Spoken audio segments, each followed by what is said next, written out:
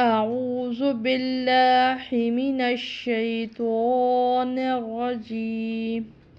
تختی نمبر 11 مشق سکون۔ بسم اللہ الرحمن الرحیم۔ مشق سکون یعنی جزم والی تختی یا مشق۔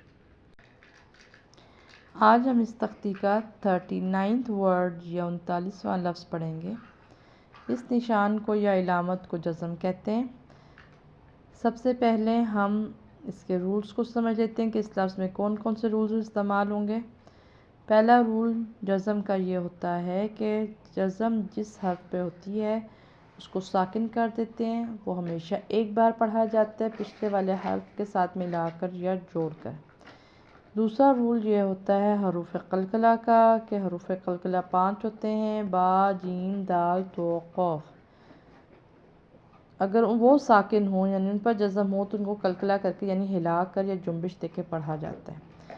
یہاں پر جو لفظ ساکن ہو رہا ہے، حرف ساکن ہو رہا ہے، وہ نون ہے، یعنی کہ یہ والی بات تو ختم ہو گئی، یہاں پر تو وہ رول نہیں لگے گا۔ مگر ادھر ایک اور رول، تیسرا رول یہ ہے کہ جب نون کے اوپر جزم ہوتی ہے، اسپیشلی نون کے اوپر جزم، تو پھر ہم اس پر غنہ کرتے ہیں مگر اگلے والے حرف کو دیکھتے ہوئے۔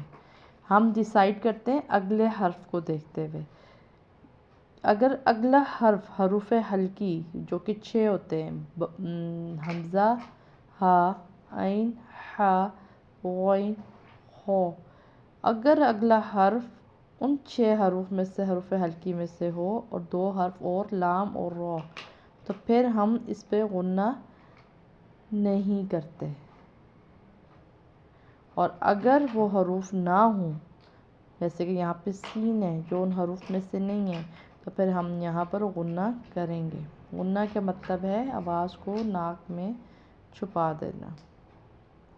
غنہ کو بھی تقریباً 1 الف کے برابر کھینچ کے اتنا ہو کہ محسوس ہو کہ آپ نے غنہ کیا ہے۔ یہاں پر سین کے اوپر کھڑی زبر ہے، جس لیے اس کو ہم 2 الف کے برابر کھینچ کے یہ لمبا کر کے پڑھیں گے۔ یا یہاں پہ لکھی گئی ہے، سائلنٹ ہے، اس کو لکھا جائے گا، مگر اس کو حرف میں پروناؤنسیشن میں یا اس کے تلفظ میں اس کا کوئی کردار نہیں ہوگا۔ تا پڑی زبر نون ساکن تن، یہ ہم نے غنہ کی کہ اس کو ہم نے دبایا تن۔ سین کھڑی زبر یا سا،